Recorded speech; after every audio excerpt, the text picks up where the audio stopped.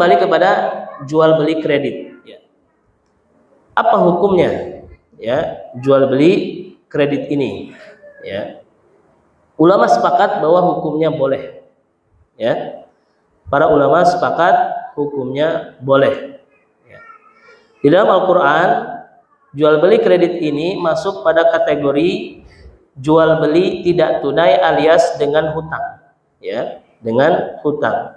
Masuk kepada keumuman surat Al-Baqarah ayat 282 ketika menjelaskan soal hutang piutang.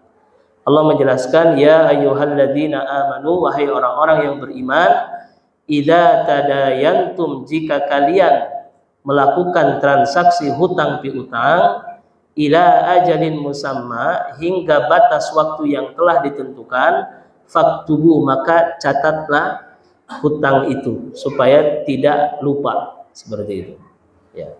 Dan Nabi Shallallahu Alaihi Wasallam pun melakukan transaksi hutang. Ya. Barangnya ada tapi uangnya belum ada.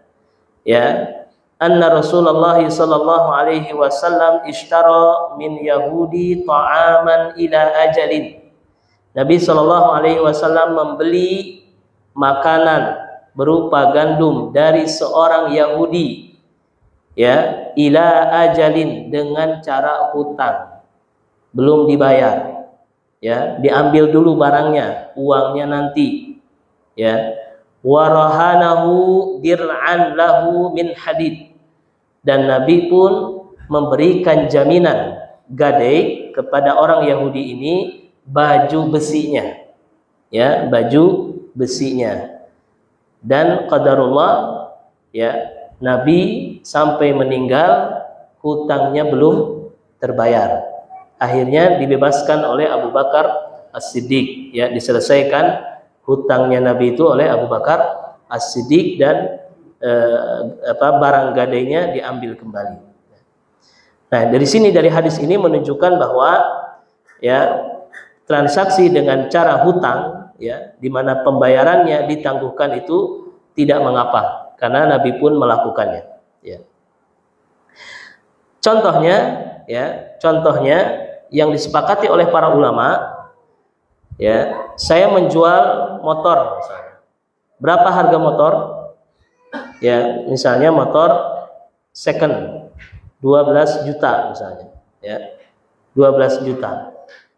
Ya, kemudian dibeli dengan cara kredit, dicicil. Berapa cicilan bulanannya? Sepakat di angka 1 juta. Ya, maka dia pun mengangsur pembayarannya setiap bulan 1 juta sampai 12 bulan sampai lunas. Itu contohnya. Ya. Nah, adapun yang menjadi perbedaan pendapat di kalangan para ulama adalah adanya variasi harga. Nah, itu yang menjadi perbedaan di kalangan para ulama antara harga tunai dengan harga hutang, antara cash dengan tidak tunai. Itu yang menjadi perbedaan pendapat di kalangan para ulama. Misalnya tadi contoh yang sebutkan kan tidak berbeda, ya, mau cash mau tunai harganya 12 juta. Nah, itu tidak mengapa.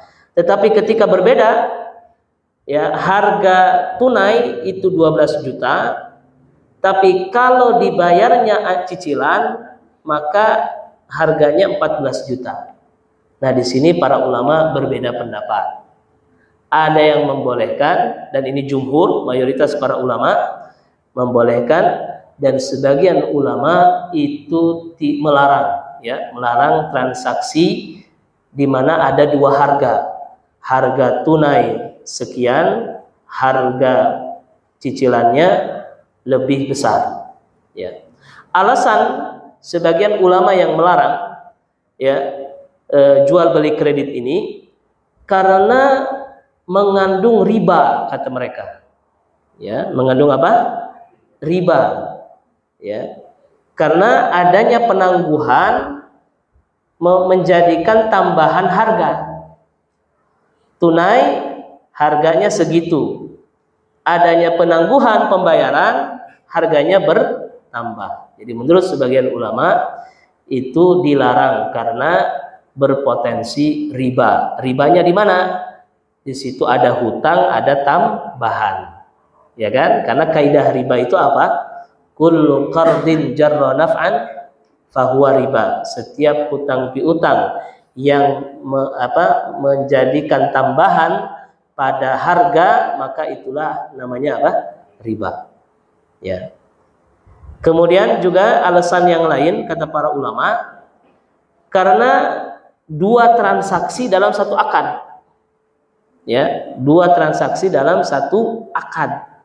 Ya. Satu akad, dua transaksi. Yang pertama tunai harganya 12 juta, yang kedua tidak tunai harganya berapa? 14 juta. Itu alasan sebagian ulama. Di antara ulama yang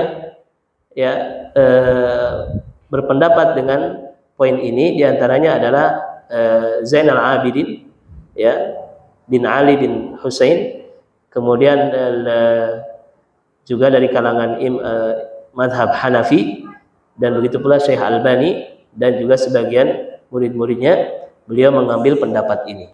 Ya, beliau mengambil pendapat ini.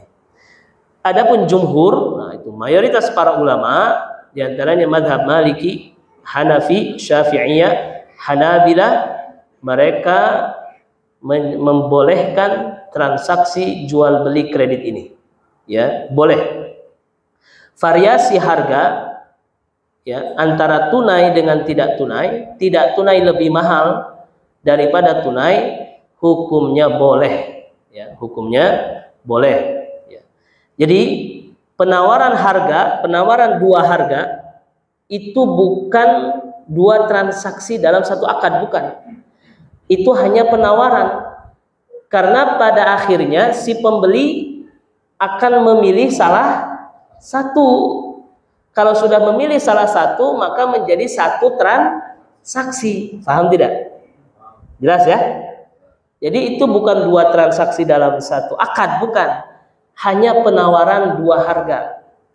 Karena pada akhirnya kalau sudah dipilih keraya duit, berarti ngambil yang cash, tunai 12 juta.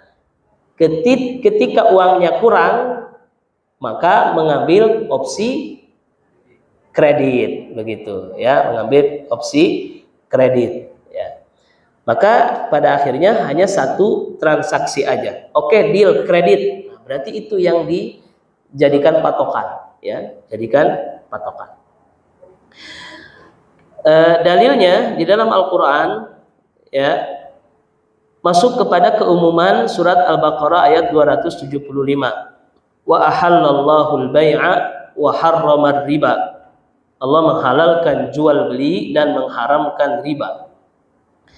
Kemudian sampai kepada ayat dan juga ayat surat An-Nisa ayat 29, illa an takuna tijaratan an taradin minkum. Ya. Karena adanya keridhaan dari dua belah pihak.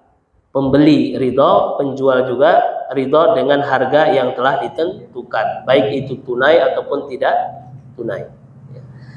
Kemudian mayoritas para ulama juga berdalil dengan riwayat dari Amru ibnul As, ya, dari Amru ibnul As, di mana Rasul Shallallahu Alaihi Wasallam memerintahkan Amr bin As untuk menyiapkan pasukan dan membeli 1 ekor unta dengan cara hutang, nanti dibayar dengan 2 ekor unta. Tuh.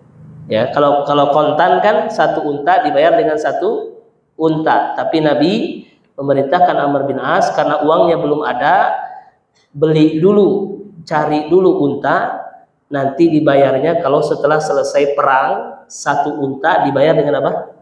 2 unta. Itu kredit atau bukan? Kredit itu.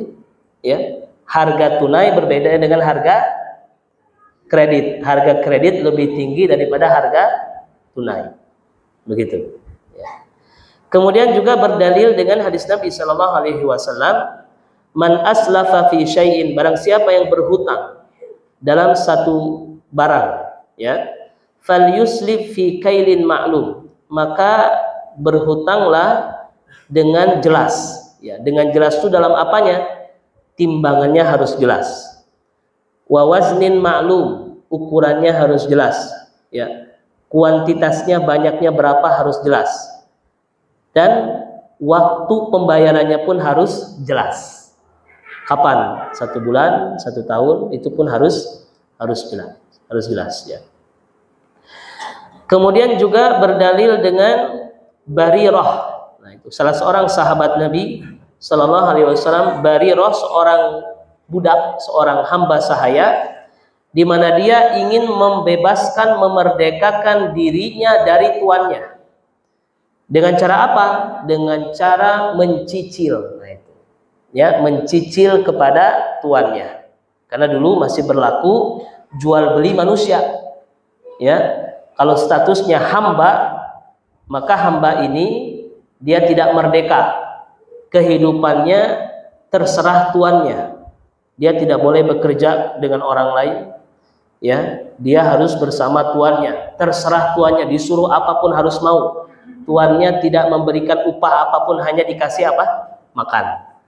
Maka kalau dia ingin menjadi merdeka, ingin menjadi bebas, itu ada aturan. Dia harus membayar kepada tuannya. Nah, itu dengan cara apa? Dicicil. Karena seorang hamba yang nggak punya uang, dia bisa bekerja, dapat ya uang atau dapat pinjaman dari orang lain, nah itu dicicil seperti itu. Ya. Jadi jelas bahwa jual beli kredit itu dibolehkan secara syariat berdasarkan dalil-dalil tadi. Dan juga secara akal, ya, secara akal, di mana dalam usul fiqh dijelaskan bahwa urusan transaksi jual beli itu ya masuk kepada urusan duniawi, selama tidak ada larangan maka transaksi tersebut dibolehkan. Beda dengan urusan ibadah. Kalau ibadah yang ditanya bukan larangannya tapi perintah. Ada nggak perintahnya? Kalau ada dikerjakan, kalau nggak ada ditinggalkan. Kalau urusan transaksi muamalah, urusan dunia, yang ditanya bukan dalil, yang ditanya bukan perintah, tapi yang ditanya apa? Larangannya ada atau tidak. Nah, itu dalam urusan apa? Duniawi, seperti itu. Baik, kadang-kadang suka salah kaprah. Ya, mau pesawat zaman Nabi ada tidak? Tidak ada, gitu kan? Itu apa lagi? Pesawat, motor zaman Nabi ada atau tidak? Tidak ada, gitu kan? Pesawat itu urusan duniawi, yang ditanya bukan dalil, bukan ada atau tidak ada di zaman Nabi, tapi yang ditanya adalah larangannya ada atau tidak. Kalau tidak ada larangan, maka hukumnya apa? Boleh. Adapun ibadah, karena ibadah ini diajarkan oleh Nabi secara detail, secara rinci, maka yang ditanya bukan dilarang atau tidak. Ada tuh ayat larangan naoge gitu kan. Itu bukan seperti itu, tapi yang ditanya apa?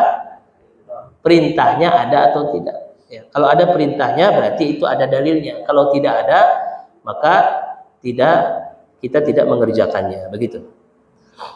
Nah, inilah yang lebih kuat, rajih, ya, pendapat jumhur, ya, yang membolehkan transaksi jual beli kredit, itulah yang diamalkan, ya, itulah yang diambil menurut mayoritas para ulama, dan juga berdasarkan praktek di lapangan di mana kita butuh dengan jual beli kredit. Itu. Baik, kita lanjutkan. Ya. Lalu bagaimana dengan jual beli kredit motor di showroom? Bukan